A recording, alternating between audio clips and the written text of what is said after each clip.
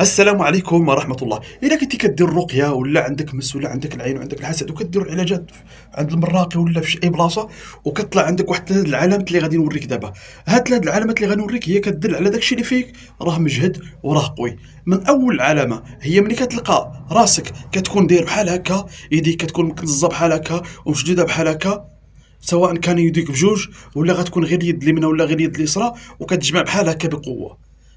حتى اللي كيكون حداك ولا الراقي يبي يفتح لك صباعك ما يقدرش يفتحهم، كيلقى يديك مشدوده بحال هكا مزيره بزاف. هذا ميساج كيعطيه لك العارض اللي في الذات ديالك انه راه قوي وراه غيتحمل، راه ما دير ليه في الرقيه. العلامه الثانيه هو الا لقيتي راسك ولا الشيطان اللي عندك ولا العارض اللي عندك ملي كيطلع كيدير هذه العلامه، هذه حتى هي راه كتعلم او كتدل على هذاك الشيطان راه قوي جدا وراه غيتحمل داك الشيء اللي غدير ليه من الرقيه او من العلاجات.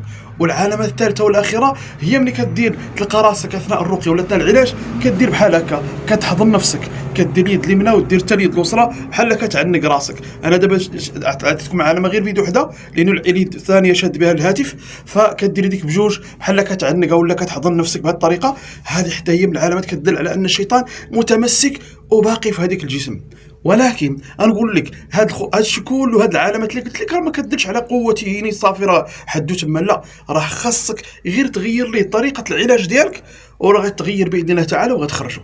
راه واخا تشوفوا كيدير بحال هكا ولا يدير بحال هكا ولا يحضن الجسم، فكل هذه راه كدل على القوه ديالو، ولكن امامك انت الا غيرتي له برنامج فانت اقوى عليه باذن الله تعالى. وما نساوش القرآن أقوى من الشيطان بإذن الله تعالى. خصك تعرف كيفاش توظف هذاك القرآن في علاج هذه الحالة بإذن الله. يلا نلقاكم في شي معلومة أخرى. يلا السلام عليكم ورحمة الله.